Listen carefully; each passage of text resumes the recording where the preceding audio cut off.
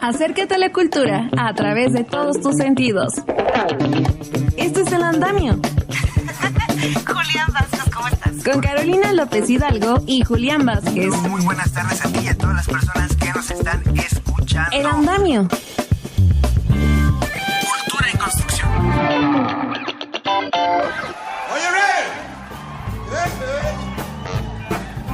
Hola, hola, hola, hola, ¿qué tal? ¿Cómo están? Bienvenidos al Andamio. Con esta música de John Lee Hooker queremos recordar a este cantante y guitarrista de blues estadounidense que nació en un día como hoy, pero de 1912. También queremos recordar a Claude Debussy, compositor francés. En el marco del próximo aniversario del natalicio de Jorge Luis Borges, el Colegio de México presentará el libro Borges en México, un permanente diálogo literario. Hoy entrevistamos a Rafael Olea, autor de este texto que nos acerca al pensamiento del autor de la ley. Vivir es escribir con todo el cuerpo. Vicente Quirarte en sus 70 años, así se denomina el seminario con el que la UNAM celebra la vida de uno de los pensadores y escritores más importantes de nuestro país. Se presenta en el Teatro Helénico la puesta en escena Variaciones Schrödinger. Y el colectivo Sopa de Clown presenta un espectáculo que busca sensibilizar al público sobre temas como los estereotipos y el machismo. ¿Qué tal? ¿Cómo están? Bienvenidos al Andamio. Síganos y búscanos a través de Facebook, Instagram como @elandamio MX, en YouTube como el programa El Andamio Imer y el sitio noticias.imer.mx/El Andamio /. Les invitamos a que se comuniquen con nosotros a través de un mensaje de WhatsApp al 55 66 31 24 27 y tenemos para ustedes el libro Lovely, Erla y la maldición de la Academia de la Magia. Es un libro infantil y juvenil, sobre todo para jóvenes, que narra las aventuras de algunos estudiantes que han perdido sus poderes descubriendo algunos secretos sobresalientes de la escuela a la que pertenecen. La verdad es una saga de aventura bastante interesante que, bueno, para todos los jóvenes o personas que tengan algún hijo joven les va a poder servir. Les repito el WhatsApp 55 66 31 24 27. El Andamio. Cultura en construcción. Bueno, pues en el marco del próximo aniversario del natalicio de Jorge Luis Borges, el Colegio de México presentará este libro de Borges en México, un permanente diálogo literario. Hoy entrevistamos a Rafael Olea, autor de este texto que nos acerca al pensamiento del autor de la LED. Por favor, escuchemos esta entrevista. Maestro Rafael Olea, muchísimas gracias por tomarnos la llamada. Y bueno, mi primera pregunta sería, ¿cuál es la vigencia de Jorge Luis Borges? Yo suelo explicar esto en razón del tipo de literatura que trabaja Borges. Vamos a decirlo así, tenemos literatura muy referencial y directa de algún momento o procesos históricos. Supongamos nuestra literatura relacionada con la Revolución Mexicana, que pasa el tiempo y entonces pues a los lectores cada día está más lejano todos esos sucesos y entonces no se lee como antes. La literatura de Borges, en cambio, tiene la virtualidad de ser una representación incluso de ciertos pensamientos, concepciones o ideas. No nada más son sucesos, por denominarlos así de modo general, y entonces eso permite su utilización. Por ejemplo, un caso muy ilustrativo aquí sería el de uno de los textos iniciales de José Emilio Pacheco. Borges tiene el texto que se llama El Inmortal, un hombre que no adquiere la inmortalidad, por lo tanto puede tener vidas sucesivas incluso cambiando de nombre, y Pacheco hace en La Noche del Inmortal un texto donde es bastante curioso, pero mete sus preocupaciones de carácter histórico. Como sabemos, a Pacheco le interesaba mucho la historia, relacionado con el inicio de la Primera Guerra Mundial, ¿no? El asesinato del duque por Gavrilo Princip, que motivó ese arranque. Y hace este paralelo de que dos hombres que aparentemente en la historia son distintos son en realidad uno mismo, ¿no? Entonces, esa idea del texto de Borges la lleva José Emilio Pacheco a trabajarla en una forma con sus preocupaciones muy particulares respecto de los aspectos históricos, pero con esa normalidad de Borges. Luego, la vigencia de la literatura de Borges pues es innegable en muchas cuestiones que tienen que ver con representaciones muy actuales, como lo de los mundos paralelos o mundos posibles. Hay infinidad de series televisivas, ¿no? Yo conocí 2, 3 por ahí, pero siguen saliendo más, con la cuestión también de, alguien me hacía notar el día de ayer, están muy de moda las sagas de los vikingos, con series televisivas y demás. Bueno, pues eso está en Borges con su preocupación adaptación de las sagas islandesas. Y los escritores más recientes, me estoy refiriendo a los del siglo XXI, pues es obvio que también han leído a Borges. El capítulo final mío que se pregunta sobre la vigencia de Borges. Borges todavía está vigente, y pues tomo ahí varios ejemplos de fines del siglo XX y todo lo que va del XXI, pues muestro que sigue vigente, ¿no? Escriben con referencia directa a textos de Borges, incluso en los títulos, ¿verdad? Epígono de Pierre Menard o el otro Aleph, etcétera, o con algunas alusiones más veladas. No se menciona a Borges, no se menciona ninguna obra, y sin embargo, cuando uno lee el texto, detecta que Borges está detrás, ¿no? Borges en ese sentido sigue siendo un escritor que se puede aprovechar para crear nuevos textos, y esa es una virtualidad que le permite entonces estar vigente. Esto de crear nuevos textos de los escritores se debe un poco a la atracción que le tienen, obviamente, al autor de la Aleph. ¿Podemos decir que la literatura de Borges es joven? Sí, yo creo que una de las cosas que a mí me parece que han permitido esto es el hecho de que Borges es un pensador. No solo es un escritor, es un pensador. Y al diferenciar, yo esto no estoy demeritando a que nada más sería un escritor como tal, sino que estoy marcando una característica adicional. Vamos a poner un ejemplo muy sencillo. La Internet se ha convertido en una realidad nuestra desde hace pocas décadas. Los muy jóvenes ya han crecido con ella y piensan que existió siempre. Pero la idea de la Internet está prevista en el Aleph de Borges. Esa esfera de 3 centímetros de diámetro que contiene, que permite observar el universo completo, el pasado, presente y futuro, es la Internet. Ahora por la computadora tenemos acceso a ello, ¿no? Entonces, otro de los temas, la fractalidad, que está muy de moda. Bueno, la fractalidad está en un texto de Borges en donde habla del mapa de Inglaterra, que era tan perfecto que contenía el mapa mismo que la representaba, ¿no? Entonces, el texto contenido desde el texto replicado en el texto. Todas esas son ideas muy actuales. Bueno, hay una revista que se llama Fractal, si mal no recuerdo. Entonces, esa virtualidad de la utilización de Borges, los viajes en el tiempo, él no los representó como tales, pero están implícitos en los mundos paralelos, y toda la discusión del doble, de la otredad, los textos que Borges construye, encontrándose consigo mismo, el Borges anciano con el Borges joven, etcétera. Todo eso, si uno piensa un poquito sobre todo en representaciones visuales que a los jóvenes les gustan tanto, pues está ahí, ¿no?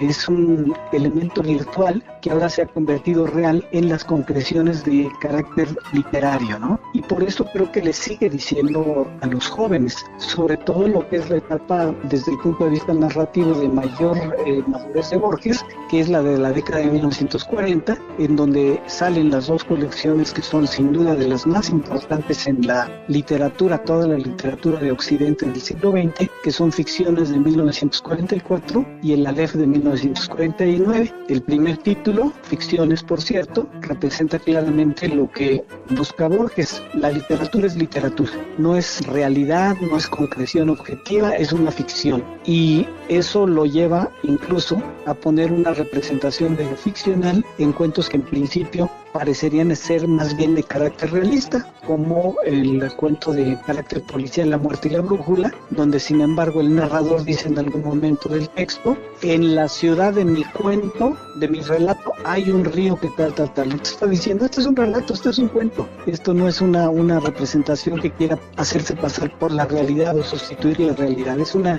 ficción, ¿no? Y entonces como ficción, pues todo cabe y todo es posible. ¿Hay ángulos que no conocemos de Borges?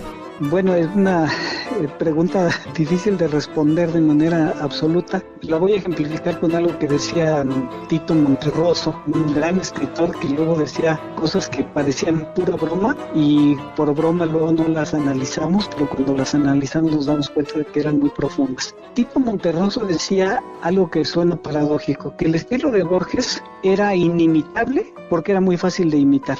Y uno dice, bueno, esto suena paradójico. Y ya cuando uno entiende a qué se refería a los escritores que son epígonos de Borges y empiezan a escribir como Borges y a citar muchos autores, muchas obras, pero que precisamente uno empieza a leer y dice, ay, es otro imitador de Borges. Esa es la parte negativa que se genera, pues creo que no solo con Borges, sino con muchos escritores, que de pronto hay un estilo que los nuevos escritores consideran que debe ser el estilo con el que se escribe y se ponen a imitarlo, pero pues la imitación nunca llega a tener el nivel del original, ¿no? Los escritores, tanto en México como en Argentina, que han sido influidos por Borges, no lo imitan, lo utilizan, ¿no? Productivamente con lo mismo que él hacía, ¿verdad? Hay que utilizar los antecedentes culturales de modo irreverente. Él decía, el escritor argentino y la tradición, una cita con la que termino el libro prácticamente, que eso era lo que le había dado la vigencia a la literatura argentina, que tomaba los temas europeos, pero los trataba de una manera irreverente, ¿no? Entonces ahí hay una vertiente que se podría decir, como han señalado algunos, ¿no? Ya basta de imitadores de Borges, ¿no? Ya estamos hartos, se reconoce el estilo, etcétera, etcétera. Sí, pero por fortuna al lado de los imitadores también tenemos creadores muy originales que lo siguen y que hacen textos. Por ejemplo, en el último capítulo ya fallecido de Ignacio Padilla, tiene textos destacados. También aparecen escritoras como Cecilia Eudave con el otro Aleph, aparece Mónica Lavín, Guadalupe Nettel, etcétera. Entonces, que están creando esa literatura a partir de Borges, pero con propuestas nuevas, distintas y con otros intereses, y en ese sentido pues creo que sigue siendo productivo. ¿Qué significaba el tiempo para Jorge Luis Borges y por qué además se valora poco la traducción que realizó este gran escritor y también traductor? Respecto de las otras preguntas, el tiempo, Borges dice algo extraordinario en ese programa que grabó con Octavio Paz, me parece que estaba también Salvador Elizondo. Hay un momento en que dice, si supiéramos qué es el tiempo, creo que resolveríamos todos los problemas de carácter filosófico. Para Borges el tiempo era el problema central de la filosofía, no el yo, el universo, sino el tiempo. El tiempo concentraba absolutamente todo eso, ¿no? Y lo trabajó incluso con textos desde el título oximorónicos, contradictorios o paradójicos, como Historia de la Eternidad, ¿no? ¿Cómo se puede historiar la eternidad si no tiene tiempo? Entonces, y le gustaba mucho acudir a la sentencia de San Agustín, aquello de, yo sé lo que es el tiempo, pero si me lo preguntan, no lo sé, ¿no?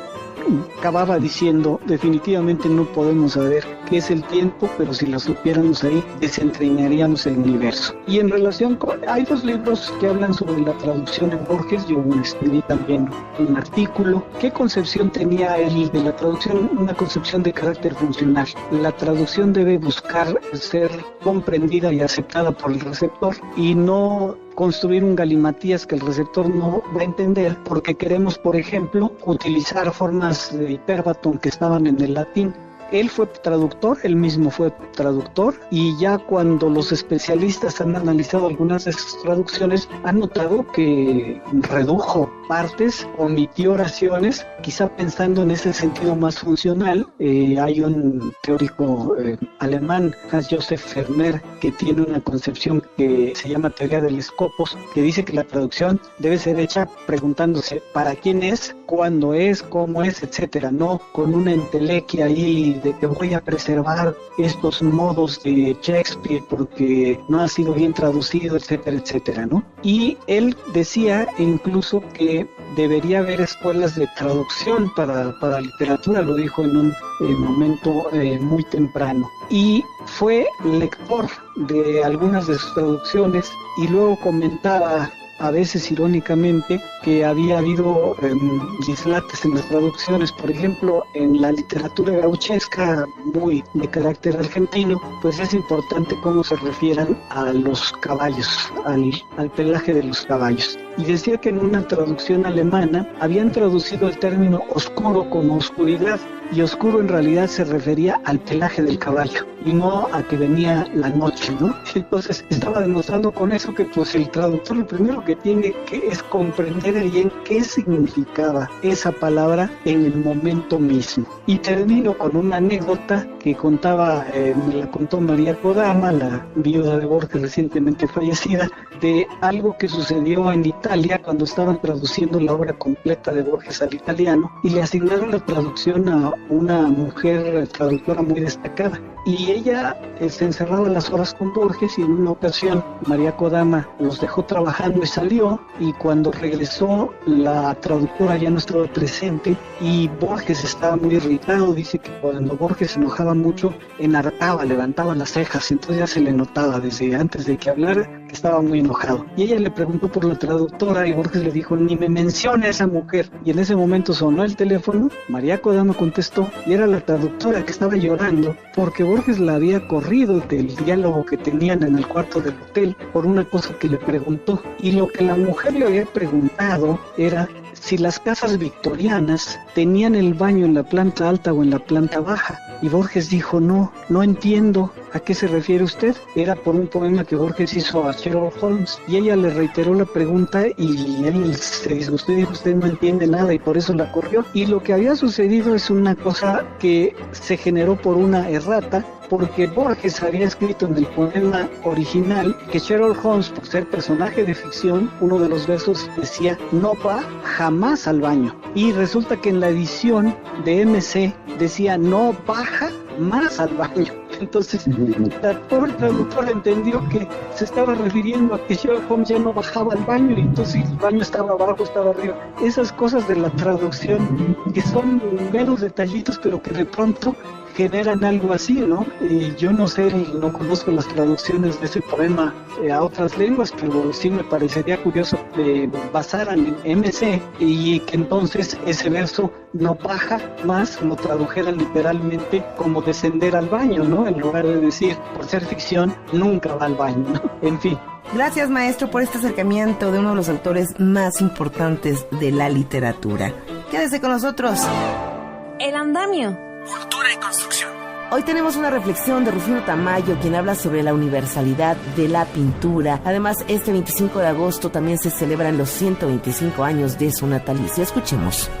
Siempre he pensado que el arte es internacional, como lo es la cultura, porque es la resultante de las experiencias que vienen de todas partes, a las cuales agregamos lo nuestro propio acento. De manera pues que en ese sentido, en el sentido de la universalidad, yo considero que mi pintura está en lo justo. Ahora, por lo que respecta a la aportación nuestra, pues lo mismo, porque es muy bien sabido que mientras los otros pintores consideraban que su mexicanidad consistía simplemente en el hecho de representar hechos sucedidos en nuestro país, yo en cambio me remití a nuestra gran tradición y de ella bebí, de suerte pues que los elementos plásticos que existen en pintura son resultado de eso. El andamio. Cultura y construcción. Para homenajear a uno de los escritores, poetas, investigadores y promotores de la escritura, la lectura, la UNAM inició los festejos por el cumpleaños número 70 de Vicente Quirarte a través de un seminario en su honor. Vivir es escribir con todo el cuerpo, Vicente Quirarte en sus 70 años. Así se denomina el seminario con el que la Universidad Nacional Autónoma de México celebra la vida de uno de los pensadores y cuidadores de las letras en México. Destacó el rector de la UNAM, Leonardo Lomelí, para quien la voz de Quirarte recuerda la trascendencia de la literatura y el lenguaje poético como refugios del pensamiento y herramientas poderosas que no solo son espejos y metáforas de la realidad. Este coloquio es un homenaje a un intelectual que no solo ha enriquecido la esfera literaria y académica, sino que también ha tocado muchas fibras sociales. Es también una ocasión única para analizar el impacto que una vida dedicada con ética y entusiasmo a los lenguajes artísticos puede tener en la configuración de nuestra percepción sociocultural. Confío en que estas discusiones nos enriquecerán como comunidad y propiciarán el surgimiento de nuevas formas de apreciar el vasto universo de saberes, símbolos y tradiciones que la Universidad Nacional ha sabido cultivar gracias a su diversidad y autonomía. Quirarte ha escrito más de 20 libros y 150 artículos, cuenta con una gran erudición del pasado literario y una amplia visión del presente escrito. Para el presidente de la Fundación para las Letras Mexicanas, Miguel Limón Rojas, al celebrar al autor del libro El Ángel es Vampiro, se evoca el poderoso espíritu que por generaciones ha animado la vida de la Universidad Nacional, la creación e impartición de conocimiento que contribuye a saber quiénes somos y cómo ser mejores. Quirarte fue cincelando con la paciencia que le caracteriza el perfil que distingue al investigador, la capacidad de discernir y puntualizar que ejercita el historiador para aquilatar con buen pulso el valor de lo acontecido, el amor por la palabra y la elaboración del pensamiento para merecer la gracia que le acompaña y que le ha llevado a alcanzar un honroso lugar en la literatura, muy especialmente en la poesía. Por su parte, el arqueólogo Eduardo Matos destacó que con este seminario se celebran 7 décadas de aplomo, perseverancia y poder creativo de quien es profundamente universitario y ha logrado consolidar su obra con pluma ágil y pensamiento lúcido. Hay que advertir que Vicente es profundamente universitario. A la UNAM se ha entregado con pasión y cariño y ha ocupado diversos cargos que ha desempeñado siempre con lealtad y dignidad.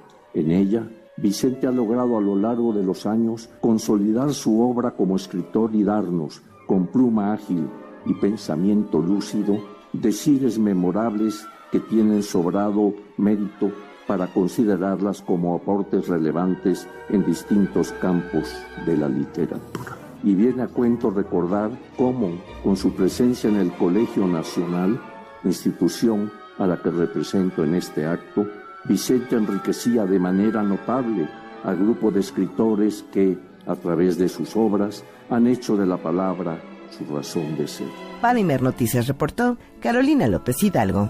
El andamio. Cultura y construcción. Con el objetivo de visibilizar las historias de desaparición forzadas en el país y ejercitar la empatía, se reestrenó en el Teatro Helénico la puesta en escena Variaciones Schrödinger. La obra, escrita y dirigida por César Chagoya, fue finalista del Premio Nacional de Dramaturgia Joven Gerardo Mancebo del Castillo Trejo. La información con Ariel Escalante. La obra de teatro Variaciones Schrödinger retrata el duelo que vive una familia como consecuencia de la desaparición forzada de uno de sus integrantes. Su autor y director, César Chagoya, decidió abordar este tema a través de una propuesta que hace referencia al planteamiento teórico del gato de Schrödinger. Se trata de un juego mental planteado por el físico austriaco Erwin Schrödinger acerca de un gato dentro de una caja que se encuentra en una superposición de estados, es decir, vivo y muerto a la vez, y plantea que solo cuando abrimos la caja podemos conocer el estado concreto del gato que habita en ella. En el caso de la puesta en escena, una familia espera a su hijo ausente, cuya habitación fue cerrada después de su desaparición. Ante la incertidumbre sobre si está vivo o está muerto, no pueden avanzar en su proceso de duelo. Cuando alguien muere y se tiene certeza de ello, hay una manera de despedirse, de cerrar un ciclo y de intentar avanzar, pero cuando esta persona a la que queremos despedir no sabemos si podemos despedirla porque no sabemos dónde está, si está con vida o si ya ha fallecido, pues el duelo se vuelve complicado, y esta ambigüedad, esta incertidumbre ancla a las personas a un proceso muy doloroso del que es muy difícil salir, que afecta, repito, a la célula primordial de la sociedad, que es la familia, pero también a partir de esto, pues a la sociedad completa. El elenco del montaje está conformado por Gabriela Núñez, Luis Miguel Lombana, Raúl Andrade y Jorge Rojas. Sobre el escenario, la madre coloca constantemente unos platos de porcelana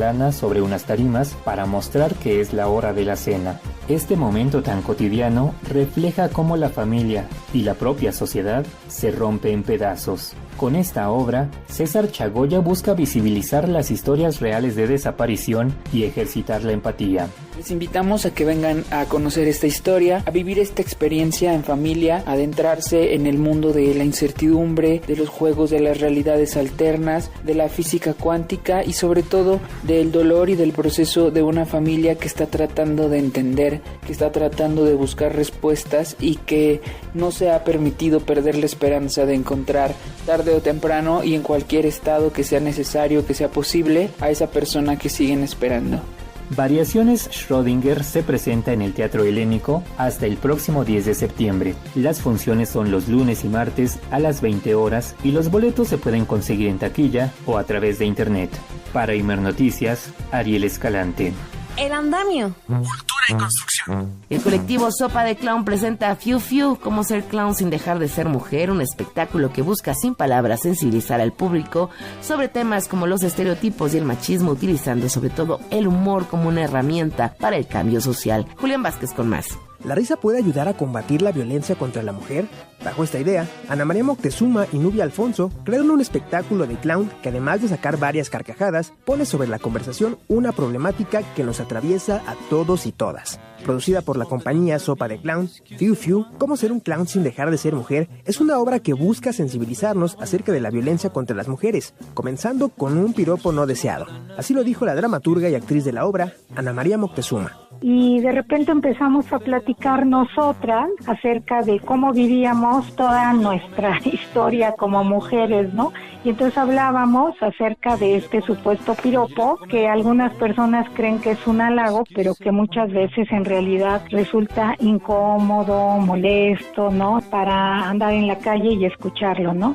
Y entonces de ahí empezamos a hablar acerca de todos los estereotipos que nos han creado a las mujeres. Fiu Fiu surgió en 2012, cuando el clown aún era una profesión dominada por hombres que no aceptaban la existencia de mujeres clown. Ese ambiente de machismo animó a Sopa de Clown a presentar este espectáculo, donde las espectadoras se sienten escuchadas, mientras que los hombres reflexionan sobre la normalización de una cultura patriarcal. En uno de los talleres llegué y el maestro me dijo, pues sigue aquí un rato, pero tú nunca vas a ser clown. O sea, aprende lo que puedas, pero no vas a ser clown, porque como el clown eso es fuerte, pues las mujeres no, las mujeres son más dulces, más lindas, no podrían abordar el clown. Fue cuando dije, no, pues con mayor razón aquí me quedo, ¿no? Ya que es un panorama tan desértico el de las mujeres, pues tenemos todas las posibilidades para explorar y todo un mundo para trabajar. Fiu Fiu inicia con las payasitas Tita y Nubi, quienes a través de la obra y la comedia abordan aspectos como el círculo de violencia, la bulimia, la belleza o el amor por el que pasan muchas mujeres en el país. Como todo esto que a las mujeres nos han enseñado a temerle, ¿no? Que es que no te den canas, que no te lleguen las arrugas, que no te salga un cuerpo de más, que no te veas gorda, ¿no? Que no te veas chaparra y entonces ponte tacones, que no te veas sin busto, ponte relleno, que no te veas sin pestañas, ponte pestañas postizas. Pero todo esto desde el clown pues resulta hilarante. Laura resalta la condición caricaturesca y absurda de las clowns, quienes se burlan de sí mismas poniéndose las etiquetas que la mujer ha llevado en la sociedad en distintas situaciones de su vida, todo sin palabras. Eso es lo que nos ha permitido también de alguna manera llegar a cualquier público, ¿no? Más que una dificultad, es un reto y es una posibilidad, porque nuestros trabajos pues los pueden ver personas que hablen otro idioma o personas no oyentes, y en este caso entienden perfectamente todo lo que está pasando en escena. Fiu Fiu tendrá una corta temporada del 24 de agosto al 13 de septiembre en el Foro de las Artes del CENART. Los boletos se pueden conseguir en las taquillas del recinto y a través de internet. Para Imer Noticias, Julián Vázquez. El andamio. Cultura y construcción. Y nos vamos con la música de Andrés Calamaro, cantautor argentino de rock y pop que nació en un día como hoy, pero de 1961. Muchas gracias por escucharnos. Los invitamos a que nos escuchen el próximo martes. Yo soy Carolina López Hidalgo y a nombre de este equipo, Julián Vázquez, Sofía Gutiérrez, Gabriel Ortiz, Alberto Palomino y Adrià Cebes, nos despedimos. Los dejamos en Horizonte Jazz con Tony Ríos y en Radio México Internacional con Miriam Rodríguez. Señores, pórtense mal, pórtense bien, pórtense como quieran, pero sobre todo, ¿saben qué? Diviértanse. Hasta la próxima. Las opiniones aquí expresadas son responsabilidad de sus autores y no representan la posición editorial de Imer Noticias.